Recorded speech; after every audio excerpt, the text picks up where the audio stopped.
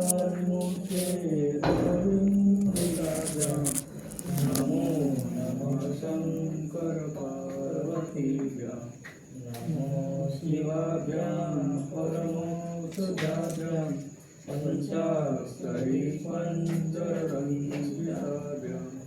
प्रपंचदुषी सिद्धाभ्यां नमो नमः शंकर पार्वतीभ्यां नमः शिवाभ्यां अतिसुन्दराभ्यां नतन्तमानसहदम्बुजाभ्यां अशेषलोके परितकरुणाभ्यां नमो नमः शंकर पार्वतीभ्यां नमः शिवाभ्यां कलिनाशनाभ्यां कंकालकल्याणवपुत्राभ्यां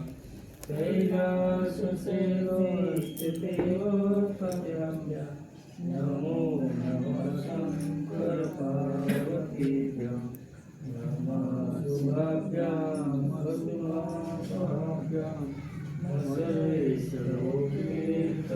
सर्वेश्वरोपेतविशेषिताभ्यां अकुण्ठिताभ्यां सुखिसंयुक्ताभ्यां नमो नमः शंकर पार्वतीभ्यां नमः शिवाभ्यां व्रतवाहनाभ्यां रवीन्द्रवैवानरलोचनाभ्यां राधासमाभ्यां नमो नमः शंकर पार्वतीभ्यां नमः शिवाभ्यां जटिलन्तराभ्यां जरावृत्तिभ्यां च विदीताभ्यां सनातनदेवपूजिताभ्यां नमो नमः शंकर पार्वतीभ्यां नमः शिवाभ्यां विषमेक्षणाभ्यां विलक्षणाभ्यां शोभावती शान्तवती स्वराभ्यां नमो नमः शंकर पार्वतीभ्यां नमो शिवाभ्यां पशुपालकाभ्यां जगत्प्रियक्षणवदभ्यां समस्तदेवासुरपूजिताभ्यां नमो नमः शंकर पार्वतीभ्यां स्तोत्रशिरं शिवपार्वतीभ्यां भक्त्या पठेत नरोय सर्वसौभाग्यफलानि भुक्ते सदा युरन्ते शिवलोकमेति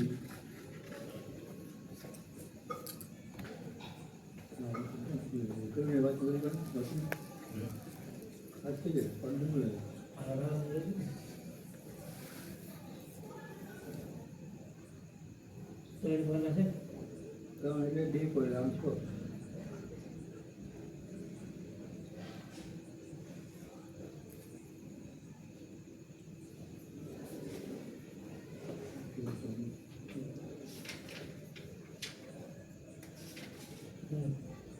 બસ થઈ જશે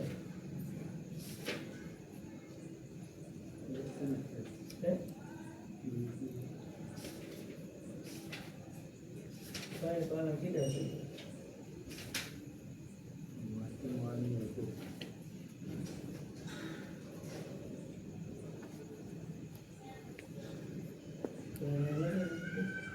સપનું બાદ ઉપાડી લગાવી બાજુ સપન કરશે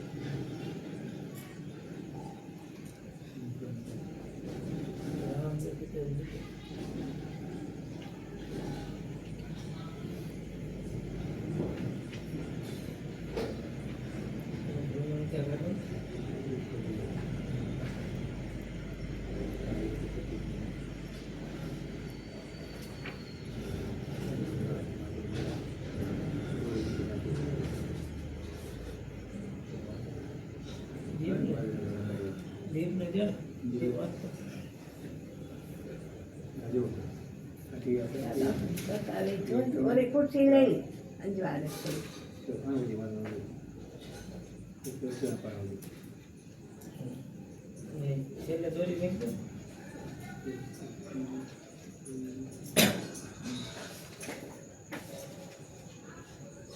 ગાડી તો વધે. 30. ટપાના માટે ટપા કરે.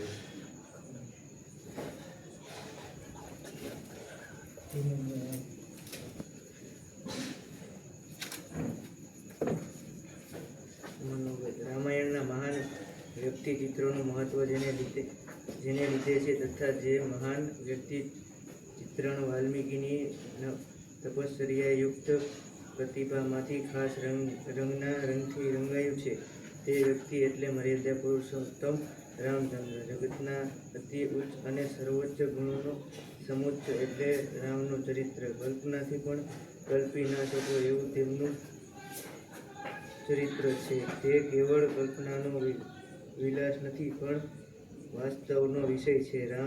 રામચરિત્ર જેટલું પવિત્ર ચરિત્ર જગતમાં ક્વચિત જ જોવા મળે છે. બુદ્ધિપૂર્વક શોધો તો પણ દોષ જોવા ન મળે એવું આ ચરિત્ર છે. રામનું વર્ણન કયા ગુણોની ઉત્કટતાના સંબંધમાં કરું આ વિચાર આવતા ચિત્ત દિગ્મૂઢ થાય છે. ઉત્કૃષ્ટ પ્રજાપાલન કરવાવાળા રાજા તરીકે તેમનું વર્ણન કરું કે ઉત્કૃષ્ટ યોદ્ધા તરીકે તેમના મહત્તા કરું કે ખરા કર્મયોગી તરીકે તેમની સ્તુતિ કરું કે સંકટમાં ન ડરવાવાળા સાધુ પુરુષ કહી તેમને ધન્યવાદ આપું એ મારા ચિત્તને સમજાતું નથી.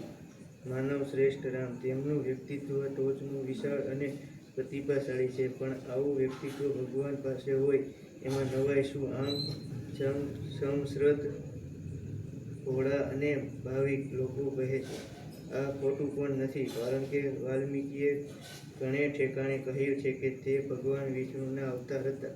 પણ વાલ્મીકીએ પોતાના મહાકાવ્યના નાયક તરીકે જે રામચરિત્ર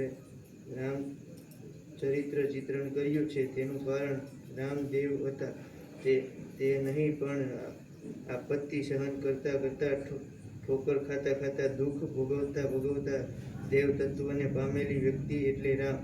એ દ્રષ્ટિથી તેમણે રામચરિત્રનું લખ્યું છે. તેમણે શરૂઆતમાં નારદને કહ્યું હતું કે લોક સંગ્રહ માટે આ કાવ્ય લખવાનો છું. આ તેમનો હેતુ હતો. દશરથ આત્મજ રામ. રાક્ષસ રાષ્ટ્રના વિધ્વંસ માટે રામની આવશ્યકતા હતી. તે વિધ્વંસ માનવ વિના બીજો કોઈ કરી શકે નહીં તેવો તેમની આશીર્વાદ હતો. તેથી વાલ્મીકીએ રામનું માનવ તરીકે ચરિત્ર ચિત્રણ કર્યું છે. રાવણને વરદાન હતું કે માનવ વિના બીજો કોઈ તેને મારી શકશે નહીં. તેથી ભગવાને અવતાર લીધો પણ એ અવતાર સાથે પૂર્વગ્રહ વિના એટલું તાદાત્મ્ય પામ્યા છે કે તે પોતાનું દેવતત્વ પણ ભૂલી ગયા છે. તેમનું વર્તન એવું છે કે જો કોઈ સહૃદયતાપૂર્વક રામાયણ વાંચે તો રામ આદર્શ માનવ રૂપે દેખાશે. રાવણ વધ પછી દેવતત્વ દેખાડવાનો પ્રસંગ આવ્યો ત્યારે પણ તેમણે ના પાડી છે. જેઓ તેમની સ્તુતિ કરે છે તમે ભગવાન છો ત્યારે રામ ના પાડે છે એમ રામમાં દેવતત્વ રામે નિર્માણ કર્યું છે. માનવ ઉચ્ચ ધ્યેય અને આદર્શ રાખી શકે છે તે રામે પોતાના જીવન દ્વારા બતાવ્યું અને તેવી જ વ્યક્તિ દેવતત્વ પામી શકે એવી પ્રતીતિ વાલ્મીકીએ કરાવી છે. વિકારોમાં વિચારો તથા વ્યવહારિક સર્વે કાર્યોમાં તેમણે માનવીની મર્યાદા છોડી નથી. તેથી તે મર્યાદા પુરુષોત્તમ રામ કહેવાય રામદેવ છે. એવી કલ્પનાથી રામાયણ વાંચશો તો તેમાંની ઉદાત્ત અને ભવ્ય કલ્પના જ કદાચ ચાલી જશે.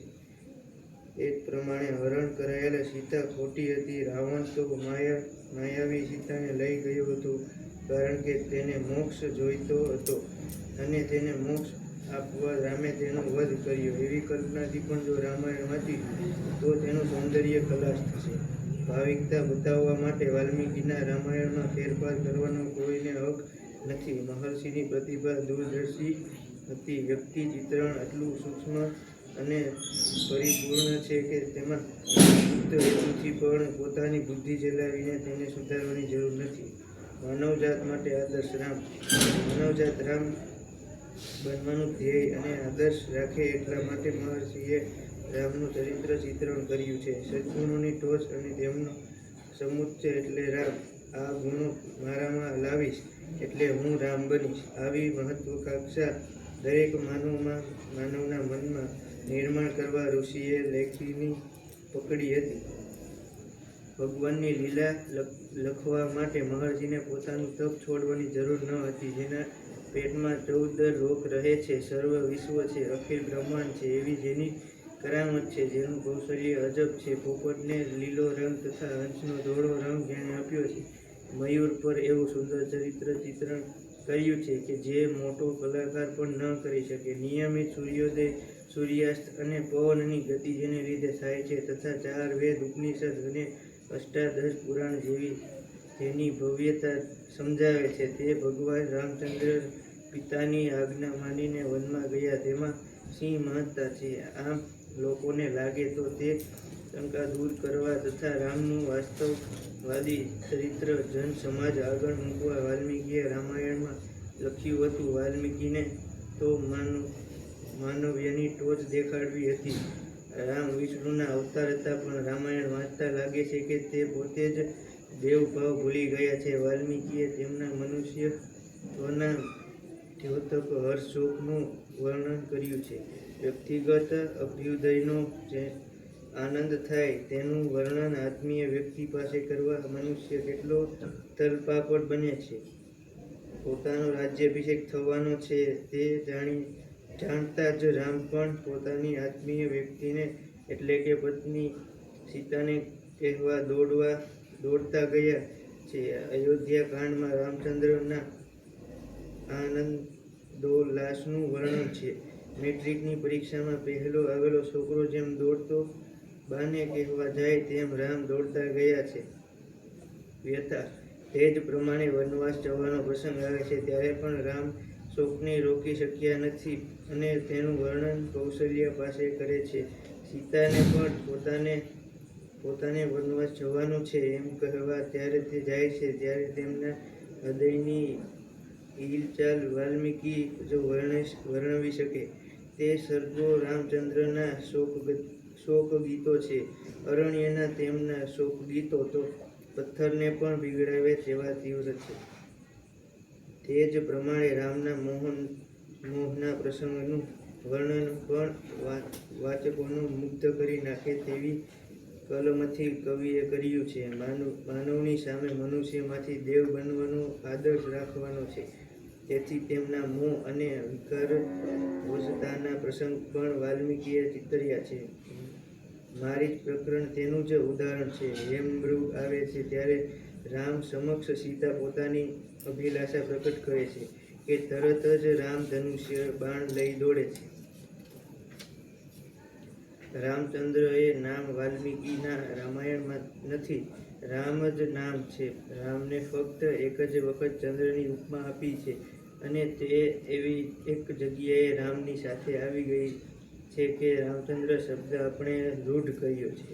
સીતા ગયા પછી રામ એટલા બધા સંતાપને સ્વાધીન થયા છે કે પોતાની જાતને પણ કાબૂમાં રાખી શકતા નથી. તે વખતે લક્ષ્મણ તેને સંભાળે છે.